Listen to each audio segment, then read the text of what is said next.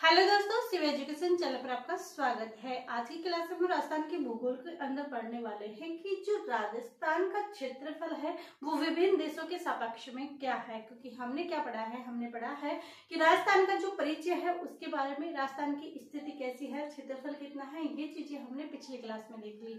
साथ ही हमने राजस्थान की जो संभागीय व्यवस्था थी, संभाग कब कितने और कौन कौन से जिले हैं, ये सारी जानकारी हमने पिछली क्लासों में देख ली। तो जिन्होंने भी नहीं देखी पिछली क्लास वो जाके देख सकते हो। सारी एकदम ट्रिक के माध्यम से क्लासें बताई गई है, एकदम ट्रिक के साथ आपको जिले याद करवाए गए हैं। तो आप याद करोगे, उसके बाद देखना आपको एक बार पढ़ते ही याद हो जाएगा। तो ऐसे ही आप अगर चाहते हो कि वो ट्रिक वाले माध्यम से जो संभागीय व्यवस्था है वो आप पिछली क्लासों को जरूर देख ले। इसके अंदर आज हमारा पॉइंट क्या रहने वाला है? आज हमारा पॉइंट रहने वाला है कि राजस्थान का क्षेत्रफल, राजस्थान का क्षेत्रफल विभिन्न देशों के सापेक्ष में, देशों के सापेक्ष में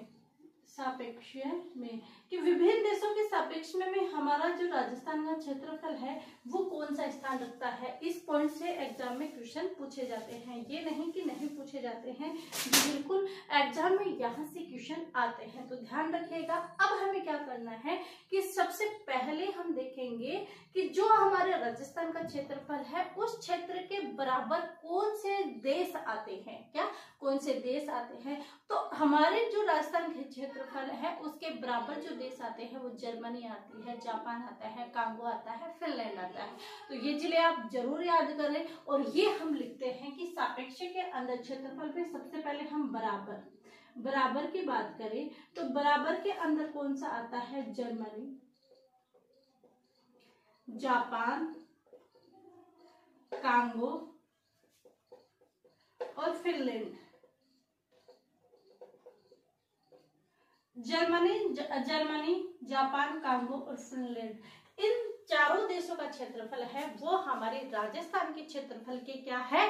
बराबर है। क्या है? बराबर है। ये चीजें यहाँ पर देख ली। अब बराबर तो हो गया। हमारे जो राजस्थान का क्षेत्रफल है इस क्षेत्रफल से दुगुना क्षेत्रफल कौन से देश का है? क्या कौन से देश का है? तो देखिए दुगुना यानी दो, और दो नाम एक देश का कौन सा आता है? तो वो आता है ग्रेट ब्रिटेन। ग्रेट ब्रिटेन, तो ग्रेट ब्रिटेन है वो दो देशों के साथ आता है, यानी बराबर तो हो गए जर्मनी, जापान, कांगो, फिनलैंड, और दुगुना आ गया ग्रेट ब्रिटेन, यानी एक ग्रेट एक ब्रिटेन, यानी दो नाम से एक देश हो गया ग्रेट ब्रिटेन, और ग्रेट ब्रिटेन का कितना है? दुगुना है। ये चीजें हो गई। अब देखते हैं कि तीन गुना कौन सा है। तीन गुना किसना है? किसका कौन सा देश है जिसका है? तो उसका है चेकोस्लोवाकिया। कौन सा?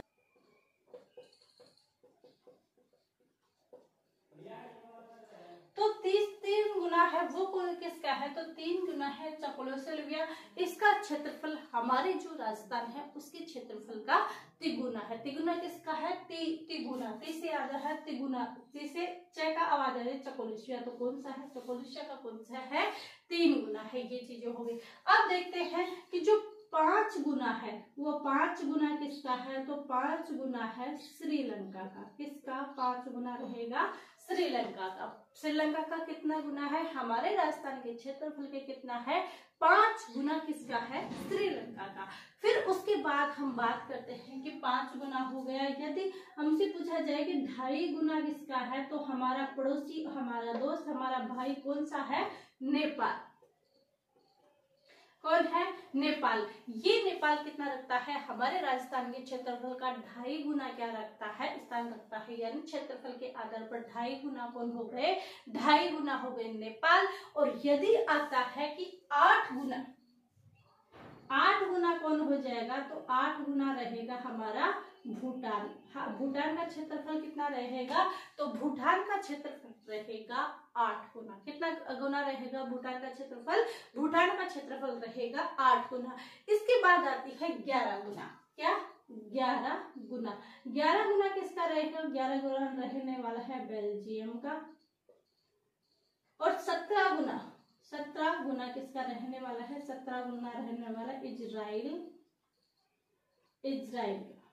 तो 17 गुना किसका रहने वाला है? 17 गुना रहने वाला है इजराइल का। ये गुना थे, यानी हम देखा कि राजस्थान का क्षेत्रफल है वो विभिन्न जो देश है उनके सापेक्ष में कितना है, तो बराबर किसके है? जर्मनी, जापान, कांगो और फिनलैंड, ये 4 देश है जिनके हमारा क्षेत्रफल बराबर स्थान रखता है। और कौन सा है? 2 गुना ग्रेट ब्रिटेन, 3 गुना चेकोस्लोवाकिया, 5 गुना श्रीलंका, 2.5 गुना नेपाल, 8 गुना भूटान, 11 गुना बेल्जियम और 17 गुना इजराइल। तो ये चीजें यहाँ पर कंप्लीट हो जाती है। अब बात आती है, यदि हमने संभागीय व्यवस्था देखा, यदि आपने पिछली क्लास से, तो आपको अच्छे से समझ में आ गया होगा। और यदि हम देखें कि क्षेत्रफल के आधार पर, क्या क्षेत्रफल के आधार पर सबसे बड़ा संभाग कौन सा है और छोटा संभाग कौन सा है, किसके आधार पर? क्षेत्रफल। तो यहाँ पर लिखेंगे क्षेत्रफल के आधार, क्षेत्रफल के आधार पर सबसे बड़ा संभाग। तो सबसे बड़ा संभाग कौन जाएगा? तो संभाग कौन सा जाएगा?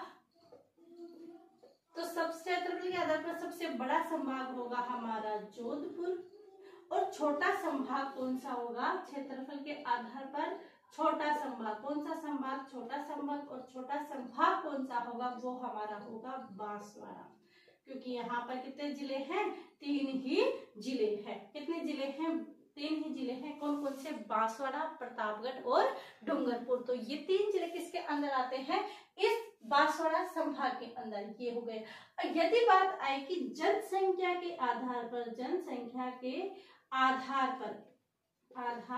पर सबसे बड़ा संभाग, जनसंख्या के आधार पर जो सबसे बड़ा संभाग है वो संभाग कौन सा है? तो जनसंख्या कहाँ की ज्यादा है? जयपुर की। तो जनसंख्या के आधार पर सबसे बड़ा संभाग कौन सा आ जाएगा? जनसंख्या के आधार पर सबसे बड़ा संभाग आ जाएगा हमारा कौन सा? जयपुर। और यदि आए कि के आधार पर छोटा संभाग, कौन सा संभाग? छोटा संभाग। तो छोटा संभाग कौन सा रहने वाला है? वही हमारा बांसवाड़ा। जनसंख्या के आधार पर कौन सा है छोटा संभाग? तो जनसंख्या के आधार पर छोटा संभाग कौन सा रहने वाला है? हमारा बांसवाड़ा। ये चीजें हो गई। अब आता है कि सर्वाधिक जिलों वाला संभाग, सर्वाधिक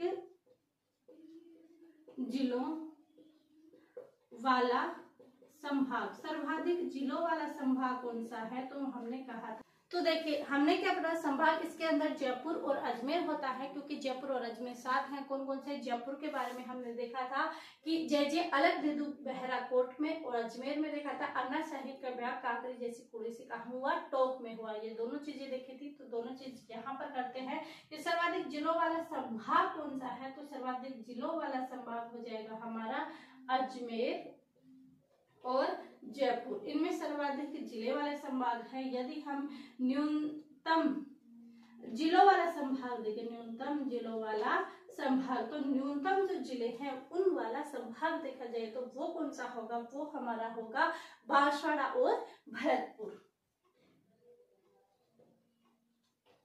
कौन सा होगा? बांसवाड़ा। कौन सा होगा? बांसवाड़ा। तो न्यूनतम जिलों वाला संभाग कौन सा है? बांसवाड़ा। तो ये चीजें हैं, ये यहाँ पर कंप्लीट हो। इसके साथ ही यदि अभी भी आप ऐसे सोच रहे हो कि हम अभी और रुक जाए, बाद में तैयारी करेंगे, तो ऐसा मत करना। सीईटी के भी एग्जाम अक्टूबर में होने वाले हैं और पशु परिचय के एग्जाम दिसंबर में होने वाले हैं। आप यदि ये सोचते हो कि ये एग्जाम भी आगे निकल जाएंगे, आगे होंगे, तो ऐसा नहीं है। ऐसा आप बिल्कुल भी ना सोचे। एग्जाम ये 100% होने वाले हैं।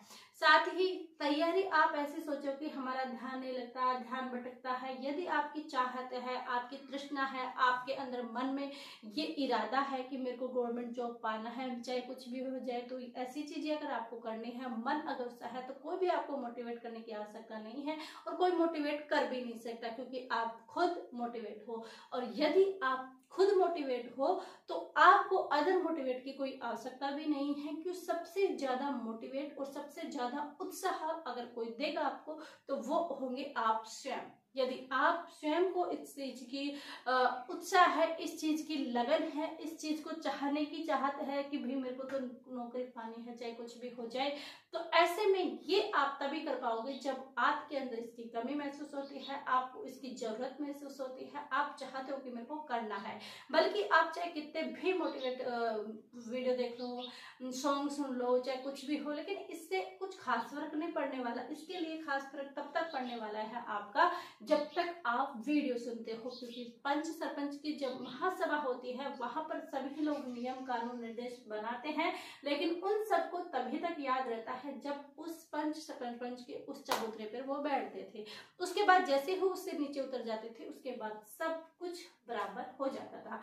तो ऐसे ही आपको, अगर आप किसी की वीडियो सुनकर मोटिवेट होते हो, किसी की बातें सुनकर मोटिवेट होते हो, वो वीडियो सुनकर, तो वो थोड़ी सी देर के लिए रहने वाला है।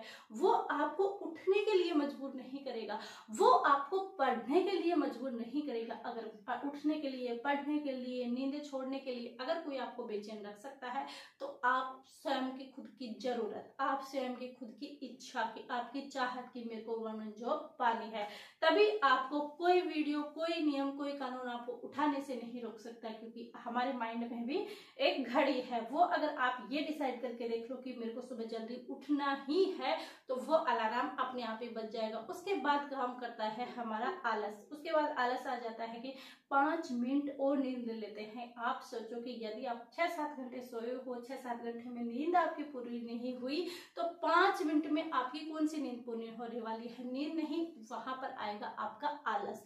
नींद आपकी कंप्लीट हो जाती है, उठ जाते हो, लेकिन जब उठने के बाद वापस सोते हो तब आपके आलस आ जाता है। एक चीज ध्यान देना, अगर आप कि जैसे कि आप उठते हो उसके बाद आप डायरेक्ट उठ जाओ, दूसरे दिन जब आप उठते हो उसके बाद वापस सो जाओ।